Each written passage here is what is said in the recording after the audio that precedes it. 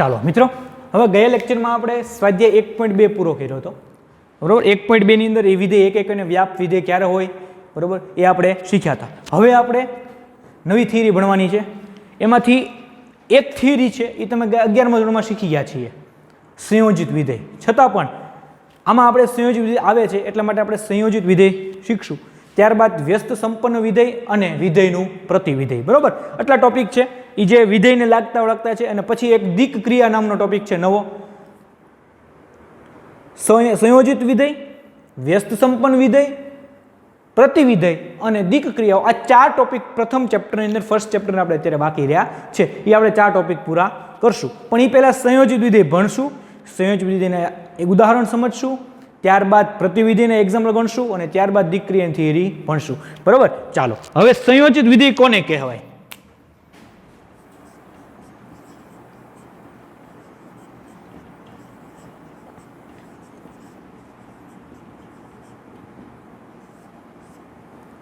સંયોજિત વિધેય કોને કહેવાય? તો કે બે વિધેયો છે, f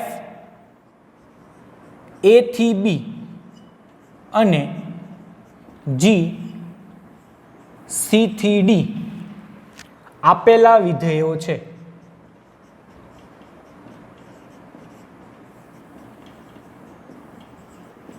f a થી b અને g c થી d આપેલા વિધેયો છે, બરાબર. હવે સંયોજિત વિધેયો બે પ્રકારના હોય.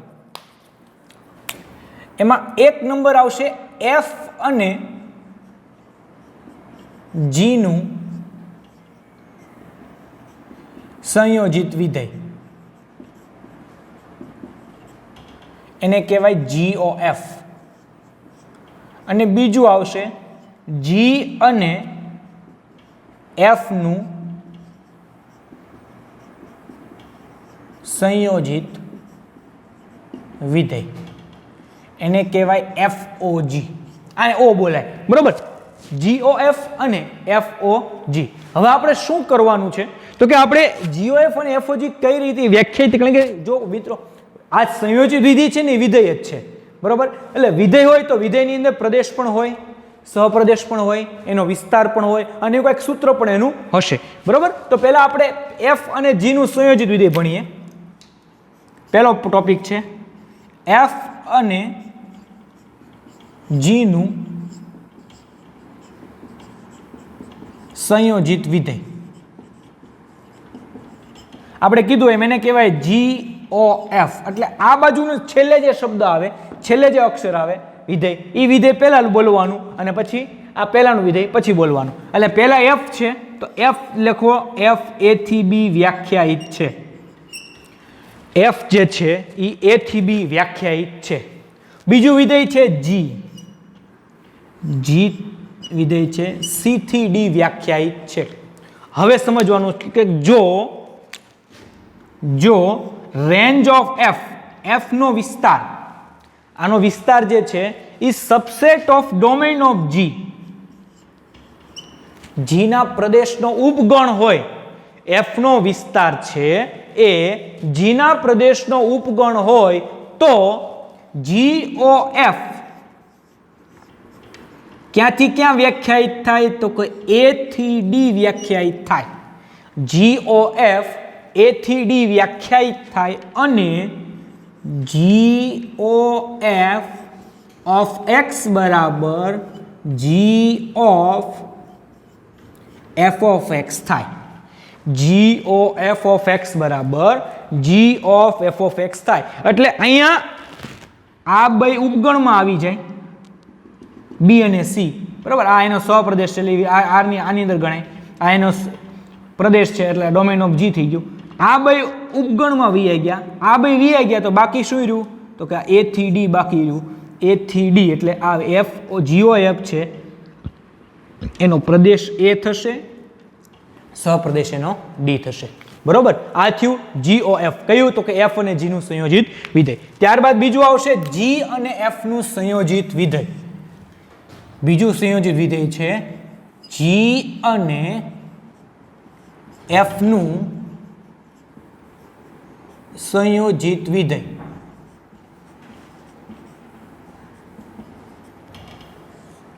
એને આપણે લખીએ છીએ FOG. G અને F નું સંયોજિત વિધેય એટલે કે FOG. હવે આમાંય તે પહેલા G છે એટલે પહેલા G લખો. G છે C થી D અને પછી F લખો. F છે A થી B. હવે અહીંયા શું કીધું આપણે? તો અહીંયા એવું કીધું કે પહેલું વિધેય છે એનો વિસ્તાર એ બીજા વિધેયના સહપ્રદેશનો બીજા વિધેયના પ્રદેશનો ઉપગણ હોવો જોઈએ. તો અહીંયા એમ જ તે પહેલું વિધેય છે એનો વિસ્તાર એટલે પહેલું વિધેય છે G એટલે રેન્જ ઓફ G. પહેલું વિધેય છે એનો વિસ્તાર E બીજો જે વિધેય છે એના પ્રદેશનો ઉપગણ હોવો જોઈએ. Domain of F. Range of G is subset of domain of F. જો આ શક્ય બને તો FOG C થી B વ્યાખ્યાયિત થાય. FOG C થી B વ્યાખ્યાયિત થાય અને FOG of X બરાબર F of G of X થાય. FOG of X બરાબર શું થાય? તો કે F of G of X થાય. અહીંયા તે આ જે બેઝ છે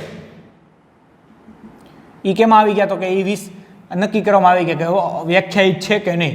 એ નક્કી કરવામાં આવી ગયા પછી આ વિધેય ક્યાંથી વ્યાખ્યાયિત થયું? તો કે આ વિધેય થયું C થી B વ્યાખ્યાયિત. હવે આમાં ઘણીવાર તમને બધાને ઓવર કોન્ફિડન્સ આવી જાય. આમ ઉતાવળમાં કેમ A થી D, આ A થી D થયું. ઘણા લખે નાખે સાહેબ એ B થી C વ્યાખ્યાયિત થાય, પણ B થી C વ્યાખ્યાયિત ન થાય. કેને વ્યાખ્યાયિત થાય? તો કે C થી B વ્યાખ્યાયિત થાય. આ C થી B છે, B થી C લખવાનું નથી. હવે આ બંને વિધેય વ્યાખ્યાયિત થયા બરોબર. આવી રીતે FOF આવે. ત્રીજું વિધેય છે એ FOF આવે, F અને F નું વિધેય. અને ચોથું વિધેય આવે GOG, G અને G નું સંયોજિત વિધેય બરોબર.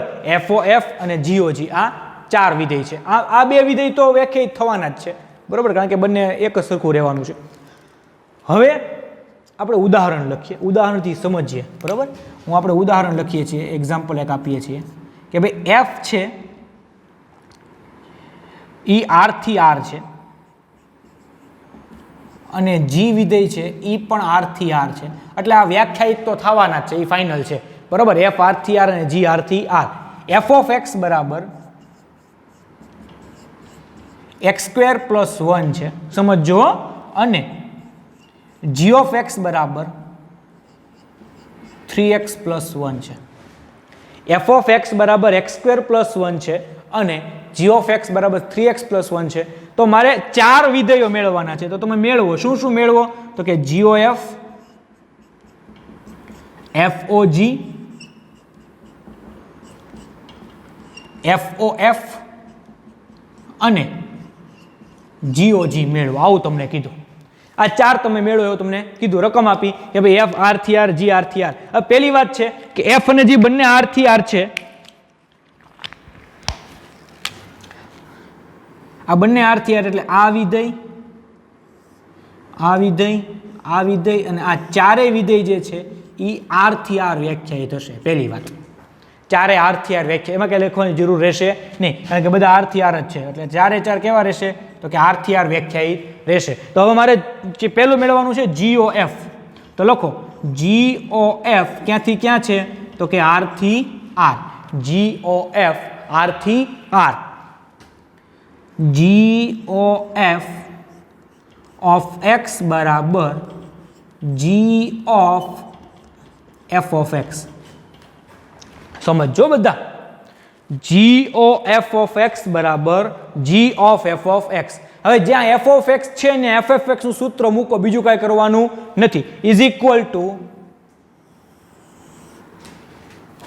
આપણે લખીએ ફરીથી G of F of X. F of X ની જગ્યાએ F of X નું સૂત્ર મૂકો G of x² + 1. G of x², કારણ કે F of X ની જગ્યાએ શું મૂક્યું મેં? તો કે x² + 1. હવે સમજવાનું છે કે G of X નું સૂત્ર શું છે? તો કે 3x + 1. G of 5 કેટલા થાય? તો કે 3 × 5 + 1. G of 10 કેટલા થાય? 3 × 10 + 1. G of B કેટલા થાય? તો કે 3b + 1. તો G of x² + 1 શું થાય? તો કે 3 × x² + 1 પ્લસ 1. 3 ઇન્ટુ જ્યાં એક્સ છે, જીના સૂત્રમાં જ્યાં એક્સ છે ત્યાં શું મૂકવાનું છે? તો કે એક્સ સ્ક્વેર પ્લસ 1 મૂકવાનું છે. વિધેય જીના સૂત્રમાં જ્યાં એક્સ છે ત્યાં એક્સ સ્ક્વેર પ્લસ 1 મૂકવાનું. આ વધારાનો 1 ભૂલાય નહીં. એ ભૂલી જશો તો પછી આગળ વધારશે નહીં. આનું સાદરૂપ આપીએ 3x સ્ક્વેર પ્લસ 3 પ્લસ 1 એટલે 3x સ્ક્વેર પ્લસ 4 થયું. શું 3x સ્ક્વેર પ્લસ 4 થયું? તો કે GOF થયું આપણને. બરોબર. હવે આપણે FOG મેળવીએ. હા, તમને બધાને સરળતાથી આવડી જશે. હવે FOG R થી R, FOG ઓફ x બરાબર f of g of x. હવે f of g of x આવ્યું. હવે એને g ઓફ x નું જે સૂત્ર છે એની જગ્યાએ 3x પ્લસ 1 લખો એટલે is equal two f of 3x plus 1. f of x ના સૂત્રમાં જ્યાં x છે ત્યાં 3x પ્લસ 1 મૂકો એટલે 3x પ્લસ 1 નો વર્ગ વત્તા 1 એટલે 9x સ્ક્વેર વત્તા 3 દુ 6x વત્તા 3 વત્તા 1 એટલે કે 9x સ્ક્વેર વત્તા 6x પ્લસ 4. આ FOG થયું. GOF લખી નાખ્યું, FOG લખી નાખ્યું. હવે વાત આવી FOF. FOF અગાઉ વાત થઈ એમ FOF પણ R થી R વ્યાખ્યાયિત થાય અને FOF ઓફ x બરાબર f ઓફ x બરાબર f of x square plus 1 બરાબર x સ્ક્વેર પ્લસ 1 નો વર્ગ વત્તા 1 ઇઝ ઇક્વલ ટુ x ની 4 ઘાત વત્તા 2x સ્ક્વેર વત્તા 1 વત્તા 1 એટલે x ની 4 ઘાત વત્તા 2x સ્ક્વેર વત્તા 2. આ FOF થયું. હવે ચોથું બાકી રહ્યું GOG. FOF આપણે જોઈ લીધું. ત્યારબાદ હવે કયું આવ્યું? તો કે GOG. GOG પણ R થી R વ્યાખ્યાયિત થાય. GOG પણ R થી R વ્યાખ્યાયિત થાય. હવે GOG ઓફ x બરાબર G of x. G of x નું સૂત્ર છે 3x plus 1. G of 3x plus 1 એટલે કે 3 into 3x plus 1 plus 1 9x plus 3 plus 1 9x plus 4. હવે આપણે સમજ્યા કે ભાઈ સંયોજિત વિધેય કોને કહેવાય. સંયોજિત વિધેય જે છે બરાબર વ્યાખ્યાયિત ક્યારે હોય અને એક્ઝામ્પલ એના કઈ રીતે ગણવાના. હવે આમાં જે પહેલું વિધેયનું નામ હોય એ વિધેયનો જે વિસ્તાર છે એ સેકન્ડ વિધેય બીજું વિધેય છે એના સહપ્રદેશનો ઉપગણ હોવો જોઈએ તો જ એ સંયોજિત વિધેય વ્યાખ્યાયિત થશે, નહીતર સંયોજિત વિધેય વ્યાખ્યાયિત થશે નહીં. બરાબર. એ આપણે FOG અને GOF માટે જોયું. ઉદાહરણ સમજીએ કારણ કે આમાં ઘણી વખત હજી તમારે કંઈક ભૂલ થઈ જાય છે. તો f ઓફ x નું સૂત્ર છે તો કે x square plus 1. g of x નું સૂત્ર છે તો કે 3x પ્લસ 1. બરાબર. પહેલા મારે મેળવ્યું GOF મેળવવું છે તો કે એ મેં પહેલા આપણે સમજી લીધું કે બધા R થી R છે એટલે R થી R જ વ્યાખ્યાયિત થશે. થી R GOF R થી R GOF ઓફ x બરાબર G of f of x. G of f of x. f of x બરાબર શું છે તો કે x સ્ક્વેર પ્લસ 1 એટલે જ્યાં f ઓફ x હતું ત્યાં આપણે x સ્ક્વેર પ્લસ 1 મૂક્યું. બીજું કાંઈ કર્યું નથી. સમજો. બહુ સિમ્પલ છે કે જ્યાં f ઓફ x હતું ત્યાં મેં શું મૂક્યું તો કે x સ્ક્વેર પ્લસ 1 મૂક્યું. હવે સૂત્ર શું કહે છે તો કે g ઓફ x નું સૂત્ર શું છે 3x પ્લસ 1. અહીંયા સમજો તમે. g ઓફ x બરાબર 3x પ્લસ 1 તો g ઓફ 2 કેટલા થાય તો કે 3 ઇન્ટુ 2 પ્લસ 1. g ઓફ 5 કેટલા થાય તો કે 3 ઇન્ટુ 5 પ્લસ 1. તો g of x square plus 1 કેટલા થાય તો કે 3 into x square plus 1 plus 1. g of x square plus 1 બરાબર 3 into x square plus 1 plus 1. x ની જગ્યાએ તમારે કિંમત મૂકવાની છે. x ની જગ્યાએ તમે જે મૂકો એ x ની જગ્યાએ અહીંયા મૂકવાનું, અહીંયા જે મૂકો અહીંયા મૂકવાનું, અહીંયા મૂકો અહીંયા મૂકવાનું. તો અહીંયા 2 5 8 10 15 ગમે એ લ્યો તો એની બદલે હું એની જગ્યાએ x સ્ક્વેર પ્લસ 1 લઉં તો મારે ફરજિયાત x સ્ક્વેર પ્લસ 1 મૂકવા પડે. એટલા માટે અહીંયા g of x square plus 1 બરાબર 3 ઇન્ટુ x સ્ક્વેર પ્લસ 1 થાય. 3x² + 3 + 1 એટલે કે 3x² + 4 થયા. હવે આ FOG છે બરોબર, FOG R/R f(g)(x), આમાં આપણે f(x) મૂક્યું એની બદલે અહીંયા g(x) નું સૂત્ર મૂક્યું 3x + 1. f(x) શું છે તો કે x² + 1, તો f of 3x + 1 શું થાય તો કે x ની જગ્યાએ 3x + 1 મૂકી દો અને 3x + 1 નો વર્ગ + 1 આનું વિસ્તરણ કર્યું એટલે આપણને આ જવાબ મળ્યો. એવી રીતે FOF માં, એવી રીતે FOF ની અંદર કે f of f(x) ની જગ્યાએ x² + 1, પાછું એને ક્યાં મૂક્યું તો કે f માં જ મૂક્યું કારણ કે આગળ f છે, પછી એનો વર્ગ લખ્યો +1 આવ્યું. અને એવી રીતે GOG R/R GOG of x = g of g of x બરોબર. હવે આ રીતે આપણે સંયોજિત વિધેય ભણી ગયા. તો આપણે પહેલા વાત થઈ હતી એમ કે ભાઈ હું જરાક આગળ વયો જાઉં તમારો હોમવર્ક કરવા માટે અને સમજવા માટે સ્ક્રીનશોટ પાડો તમે સ્ક્રીનશોટ પાડી શકો. અને ત્યારબાદ આપણે હવે આની પછી નેક્સ્ટ ટોપિક વ્યસ્ત સંપન્ન વિધેય, નેક્સ્ટ લેક્ચરમાં આપણે વ્યસ્ત સંપન્ન વિધેય અને પ્રતિવિધેયનો અભ્યાસ કરીશું. ચાલો મિત્રો, હવે આપણે છેલ્લે વિધેયો જોઈએ FOG GOF બરાબર, વિધેયનું સંયોજિત વિધેય જોયું. હવે એની પછી બે ટોપિક બાકી રહ્યા છે, નાના નાના ટોપિક છે અને ત્યારબાદ બે ટોપિક કર્યા પછી આપણે જોઈ લેશું સીધો સ્વાધ્યાય 1.1 જોશું. બે ટોપિક છે, એક નવું નામ છે વ્યસ્ત સંપન્ન વિધેય અને પ્રતિવિધેય બરાબર.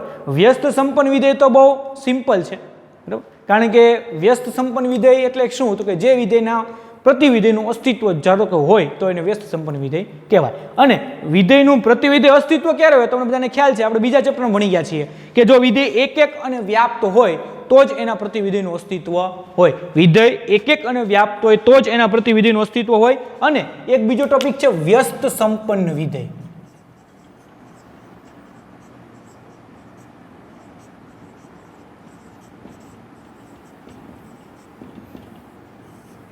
વ્યસ્ત સંપન્ન વિધેય, એક વિધેય તમને આપેલું છે f છે, એ x થી y આપેલું વિધેય છે.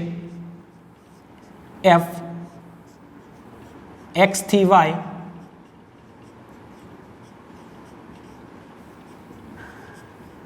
આપેલ વિધેય છે.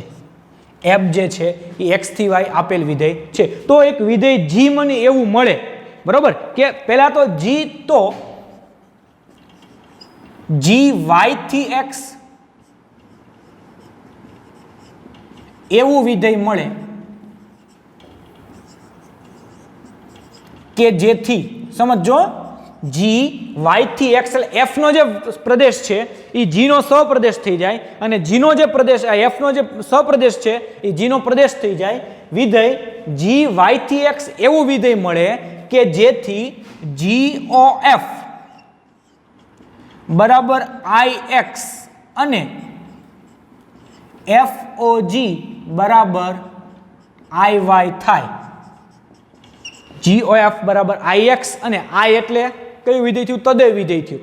એટલે GOF x થી x હોય અને FOG y થી y હોય અને GOF of x બરાબર x થતું હોય અને FOG of x બરાબર પણ y બરાબર y થતું હોય તો આ જે f જે છે f ને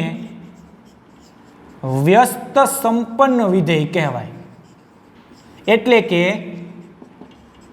f જે છે એનું પ્રતિવિધેય મળે એટલે એને વ્યસ્ત સંપન્ન વિધેય કહેવાય બરોબર. આ થયું વ્યસ્ત સંપન્ન વિધેય. હવે આપણે પ્રતિવિધેય લખીએ. પ્રતિવિધેય અને બેમાં કઈ ફરક નથી, બંને સરખું જ છે. f x થી y આપેલ વિધેય છે. f એક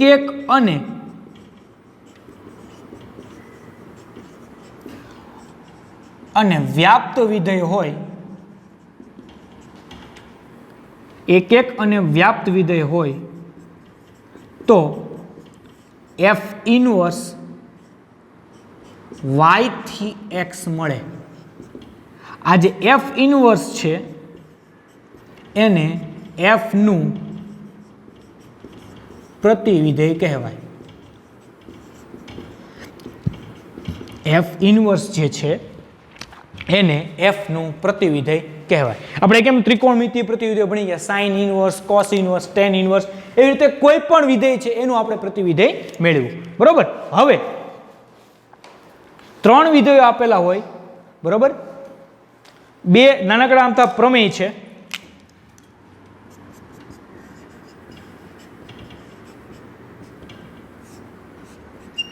F, G અને H આપેલ વિધેય હોય તો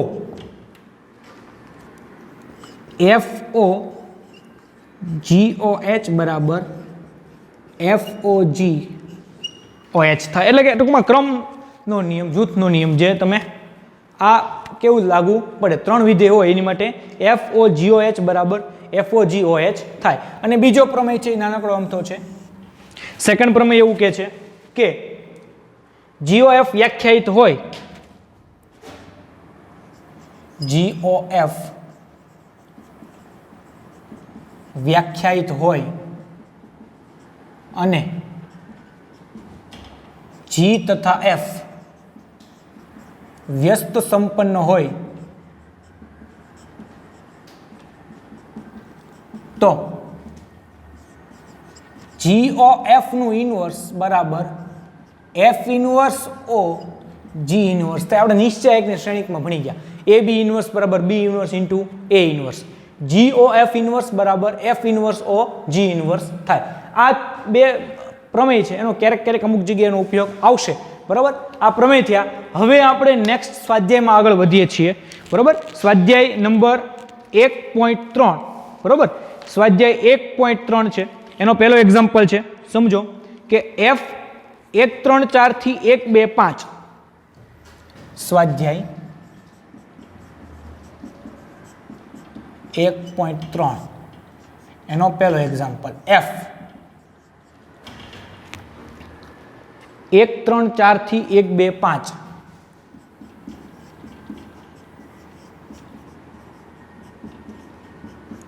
એક 2 5 પછી G 1 2 5 થી 1 3. 1 2 5 થી 1 3. G 1 2 5 થી 1 3. F બરાબર 1 2 3 5 4 1. F બરાબર 1 2 3 5 4 1 અને G બરાબર G is equal to 1 3 2 3 5 1. 1 3 2 3 અને 5 1.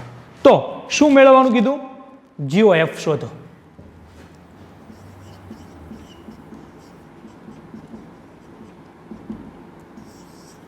શું મેળવવાનું કીધું? GOF. હવે આમાં અત્યાર સુધી આપણે શું, તમે બધા 11મા ધોરણમાં સંબંધ અને વિધેય ભણી ગયા. એમાં સંબંધનો પહેલો એક્ઝામ્પલ હતો જેમાં સંબંધ તમને આવી રીતે આપેલા હતા, આમ ક્રમયુગ જોડની અંદર. તો પહેલા ક્રમયુગ જોડને અલગ પાડીને લખીએ કે f(1) બરાબર 2, f(3) બરાબર 5 અને f(4) બરાબર 1. એવી રીતે g(1) બરાબર 3, g(2) બરાબર 3 અને g(5) બરાબર 1. g(5) બરાબર 1. અમારે GOF મેળવવાનું છે. બરાબર. હવે GOF છે એની અંદર મારે પહેલા F લખવું પડે. F છે 1 3 4 થી 1 2 5 અને G છે 1 2 5 થી 1 અને 3. 1 3 4 થી 1 2 5 અને G છે 1 2 5 થી 1 અને 3. હવે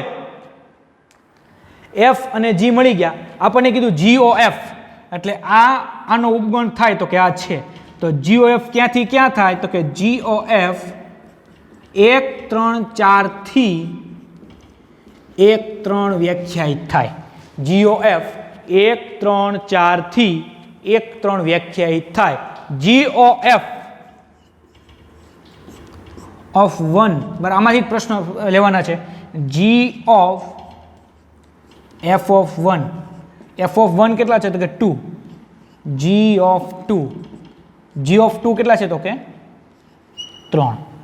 પછી જી ઓ એફ ઓફ 3 બરાબર g of F of 3, f of 3 કેટલા છે તો કે 5, જી ઓફ 5, જી ઓફ 5 કેટલા છે તો કે 1, અને જી ઓ એફ ઓફ 1, 3 અને 4 of 4 is equal to G of F of 4, F of 4 કેટલા છે તો કે 1, G of 1 is equal to 3.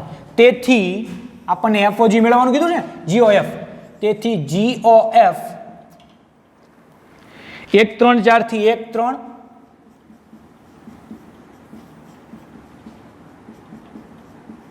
અને જીઓ એફ બરાબર 1,3 3,1 અને 4,3, 1,3 3,1 અને 4,3. આ શું થયું તો કે આ સ્વાધ્યાય 1.3 નો પહેલો એક્ઝામ્પલ એફઓજી. હવે જી ઓફ મેળવવાનું હતું, હવે જી ઓફ મેળવી નાખ્યું. આમાં કાંઈ સૂત્ર નહોતો આપ્યા, સૂત્ર નથી આપ્યું એટલે આપણે એમને આપણે મેળવી નાખ્યું. ચાલો બીજો એક્ઝામ્પલ છે. ધારો કે એફ અને જી, એફ જી અને એચ આર થી આર આપેલા વિધેયો છે. એફ જી અને એચ આર થી આર.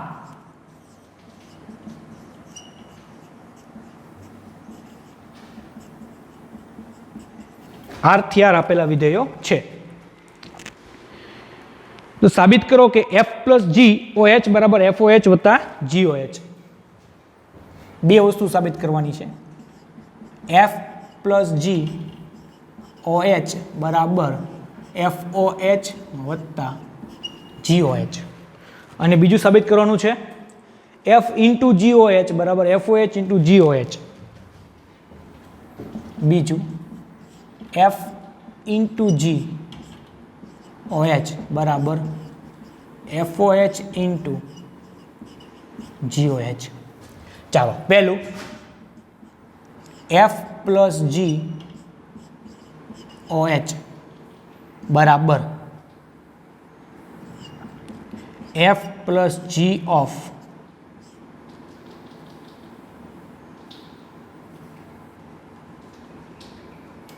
એફ પ્લસ જી ઓ એચ ક્યાં થાય તો કે આર થી આર થાય. બરાબર. હવે f plus G O h of x બરાબર F plus G of h of x બરાબર f of h of x વત્તા g of h of x બરાબર એફ ઓ એચ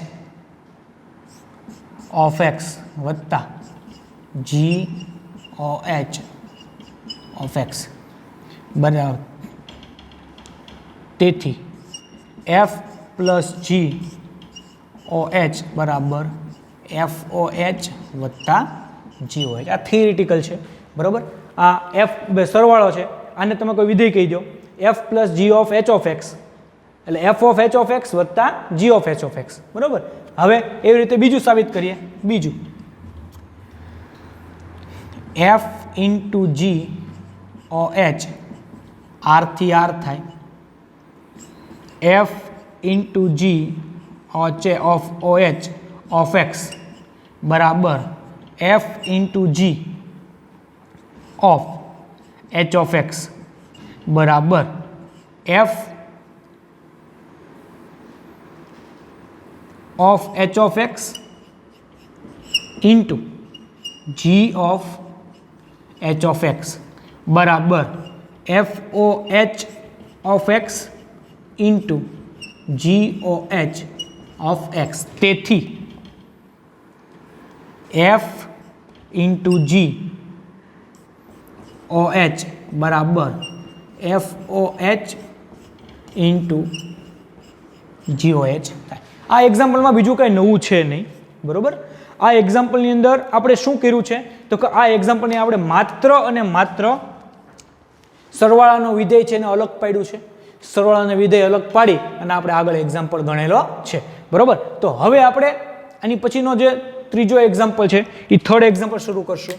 બરાબર. પણ થર્ડ એક્ઝામ્પલ શરૂ કરતા પહેલા આપણે એકવાર ફરી વખત સમજી લઈએ કે ભાઈ ખરેખર આ વસ્તુ પ્રતિવિધેય અને વ્યસ્ત સંપન્ન વિધેયમાં શું ડિફરન્સ સમજો. પ્રતિવિધેય ત્રિકોણમિતિ ભણી ગયા છીએ, ત્રિકોણમિતિ પ્રતિ એનું ઉદાહરણ આપીને તમને સમજાવી દઉં કે ભાઈ સાઇન જે છે -π/2 થી π/2 માં સાઇન ઇન્વર્સનું અસ્તિત્વ છે, બરોબર. તો જે સાઇન ઇન્વર્સ છે એને સાઇનનું પ્રતિવિધેય કહેવાય અને જેનું પ્રતિવિધેય મળે છે એટલે કે સાઇન વિધેય છે, સાઇન વિધેયને શું કહેવાય તો કે સાઇન વિધેયને વ્યસ્ત સંપન્ન વિધેય કહેવાય. જેવી રીતે અહીંયા f જે છે, f x થી y આપેલ હોય તો તમને g મળે કે જેથી આ થાય, તો આ થાય તો એના પ્રતિવિધેયનું અસ્તિત્વ છે. એટલે આ બધું એક સાથે જોડાયેલું છે એકબીજા સાથે, બરોબર, અલગ અલગ વસ્તુ નથી. આ થાય તો આનું અસ્તિત્વ છે. આનું અસ્તિત્વ કઈ રીતે થાય તો કે f ઇન્વર્સ ઈ y થી x થઈ જાય એટલે આનો જે પ્રદેશ છે આનો સહપ્રદેશ થઈ જાય, આનો સહપ્રદેશ છે આનો પ્રદેશ થઈ જાય. આ રીતે f ઇન્વર્સ મળે. હવે આ જે સંયોજિત વિધેયનું એક્ઝામ્પલ છે, આપણે એક એક્ઝામ્પલ ભણી ગયા હતા અગાઉ સંયોજિત વિધેયનો, બરોબર. આખો થિયરી પણ આપણે 11મા ધોરણમાં ભણી ગયા છીએ. આમાં પણ એને એક્ઝામ્પલ આવે જ છે એટલે આ સ્વાધ્યાયમાં આપણે આગળ કરવાના જ છે.